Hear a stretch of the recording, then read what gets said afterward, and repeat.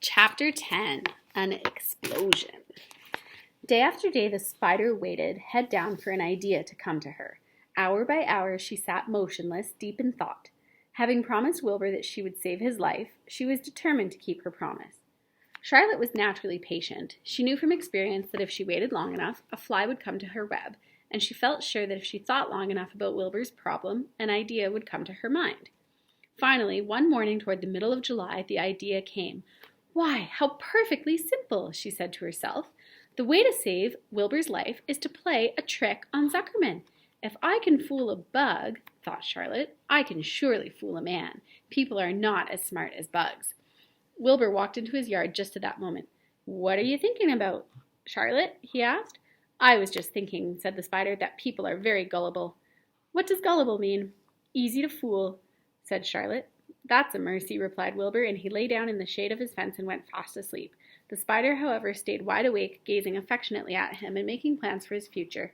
Summer was half gone. She knew she didn't have much time. That morning, just as Wilbur fell asleep, Avery Arabelle wandered into the Zuckermans' front yard, followed by Fern. Avery carried a live frog in his hand. Fern had a crown of daisies in her hair. The children ran for the kitchen. "Just in time for a piece of blueberry pie," said Mrs. Zuckerman. "Look at my frog," said Avery, placing the frog on the drain board and holding out his hand for a pie. "Take that thing out of here," said Mrs. Zuckerman. "He's hot," said Fern. "He's almost dead, that frog." "He is not," said Avery. "He lets me scratch him between the eyes." The frog jumped and landed in Mrs. Zuckerman's dishpan full of soapy water. "You're getting your pie on you," said Fern. "Can I look for eggs in the hen house, Aunt Edith?" "Run outdoors, both of you, and don't bother the hens." "It's getting all over everything," shouted Fern. "His pie is all over his front." "Come on, frog," cried Avery. He scooped up his frog. The frog kicked, splashing soapy water onto the blueberry pie. "Another crisis," groaned Fern. "Let's swing in the swing," said Avery. The children ran to the barn. Mr. Zuckerman had the best swing in the county. It was a single long piece of heavy rope tied to the beam over the north doorway. At the bottom end of the rope was a fat knot to sit on. It was arranged so you could swing without being pushed. You climbed a ladder to the hayloft. Then, holding the rope, you stood at the edge and looked down, and were scared and dizzy. Then you straddled the knot so that it acted as a seat. You got up all your nerve, took a deep breath, and jumped. For a second you seemed to be falling to the barn floor far below, but then suddenly the rope would begin to catch you, and you would sail through the barn door going a mile a minute, with the wind whistling in your ears and hair and eyes. Then you would zoom upward into the sky and look up at the clouds, and the rope would twist, and you would twist and turn with the rope. Then you would drop down, down, down, out of the sky, and come sailing back into the barn, almost into the hayloft, then sail it again, not quite so far this time, then again, not quite so high, then out again, in again, out, in, and then you jump off and fall down and let someone else try it. Mothers for miles around worried about Zuckerman's swing. They feared some child would fall off, but no child ever did. Children almost always hang on to things tighter than their parents think they will. Avery put the frog in his pocket and climbed to the hayloft. "The last time I swang in this swing, I almost crashed into the barn swallow," he yelled. "Take that frog out," ordered Fern.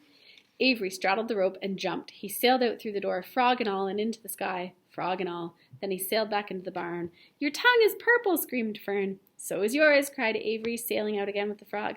"I have hay inside my dress. It itches," called Fern. "Scratch it," yelled Avery as he sailed back. "It's my turn," said Fern. "Jump off." "Fern's got the itch," sang Avery. When he jumped off, he threw the swing up to his sister. She shut her eyes tight and jumped. She felt the dizzy drop, then the supporting lift of the swing. When she opened her eyes, she was looking up into the blue sky and was about to fly back through the door. They took turns for an hour. When the children grew tired of swinging, they went down to the pasture and picked wild raspberries and ate them. Their tongues turned from purple to red. Fern bit into a raspberry that had a bad-tasting bug inside it and got discouraged. Avery found an empty candy box and put his frog in it. The frog seemed tired after his morning in the swing. The children walked slowly up toward the barn. They too were tired and hardly had enough energy to walk. "Let's build a tree house," suggested Avery. "I want to live in a tree with my frog." "I'm going to visit Wilbur," Fern announced. They climbed the fence into the lane and walked lazily toward the pig pen. Wilbur heard them coming and got up. Avery noticed the spider web, and coming closer, he saw Charlotte.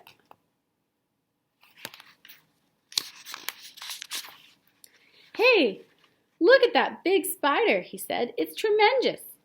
"Leave it alone," commanded Fern. "You've got a frog, isn't that enough?" "That is a fine spider, and I'm going to capture it," said Avery. He took the cover off the candy box. Then he picked up a stick. "I'm going to knock that old spider into this box," he said. Wilbur's heart almost stopped when he saw what was going on. This might be the end of Charlotte if the boy succeeded in catching her. "You stop it, Avery," cried Fern. Avery put one leg over the fence of the pig pen. He was just about to raise his stick to hit Charlotte when he lost his balance. He swayed and toppled and landed on the edge of Wilbur's trough. The trough tipped up and then came down with a slap. The goose egg was right underneath. There was a dull explosion as the egg broke, and then a horrible smell. Fern screamed. Avery jumped to his feet. The air was filled with terrible gases and smells from the rotten egg. Templeton, who had been resting in his home, scuttled away into the barn. "Good night!" screamed Avery. "Good night! What a stink! Let's get out of here!" Fern was crying. She held her nose and ran toward the house. Avery ran after her, holding his nose. Charlotte felt greatly relieved to see him go. It had been a narrow escape. Later on that morning, the animals came up from the pasture, the sheep, the lambs, the gander, the goose, and the 7 gosling. There were many complaints about the awful smell, and Wilbur had to tell the story over and over again of how the Arabelle boy had tried to capture Charlotte and how the smell of the broken egg drove him away just in time. "It was that rotten goose egg that saved Charlotte's life," said Wilbur. The goose was proud of her share in the adventure. "I'm delighted that egg never hatched," she gabbled. Templeton, of course, was miserable over the loss of his beloved egg, but he couldn't resist boasting. "It pays to save things," he said in his surly voice. "A rat never knows when something is going to come in handy. I never throw anything away." "Well," said one of the lambs, "this whole business is all well and good for Charlotte, but what about the rest of us? The smell is unbearable. Who wants to live in a barn that is perfumed with rotten egg?" "Don't worry, you'll get used to it," said Templeton. He sat up and pulled wisely at his long whiskers, then crept away to pay a visit to the dump. When Lurvy showed up at lunchtime carrying a pail of food for Wilbur, he stopped short a few paces from the pig pen. He sniffed the air and made a face. "What in thunder?" he said. Setting the pail down, he picked up the stick that Avery had dropped and pried the trough up. "Rats," he said. "Phew, I might have known a rat would make a nest under this trough. How I hate a rat." And Lurvy dragged Wilbur's trough across the yard and kicked some dirt into the rat's nest, burying the broken egg and all of Templeton's other possessions. Then he picked up the pail. Wilbur stood in the trough, drooling with hunger. Lurvy poured. The slops ran creamily down around the pig's ears and eyes. Wilbur grunted, gulped, and sucked and gulped, making swishing and swooshing noises, anxious to get everything at once. It was a delicious meal.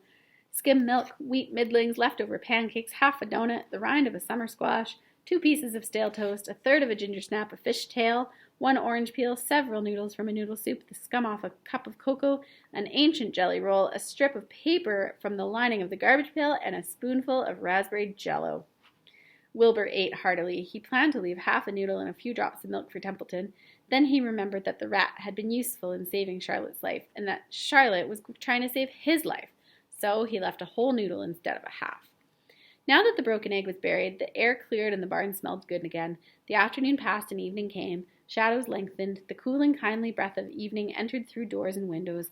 Astride her web, Charlotte sat moodily, eating a horsefly and thinking about the future. After a while, she bestirred herself. She descended to the center of the web, and there she began to cut some of her lines. She worked slowly but steadily while the other creatures drowsed. None of the others, not even the goose, noticed that she was at work. Deep in his soft bed, Wilbur snoozed. Over in their favorite corner, the goslings whistled a night song.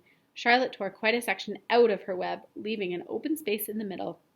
Then she started weaving something to take the place of the threads she had removed. When Templeton got back from the dump around midnight, the spider was still at work.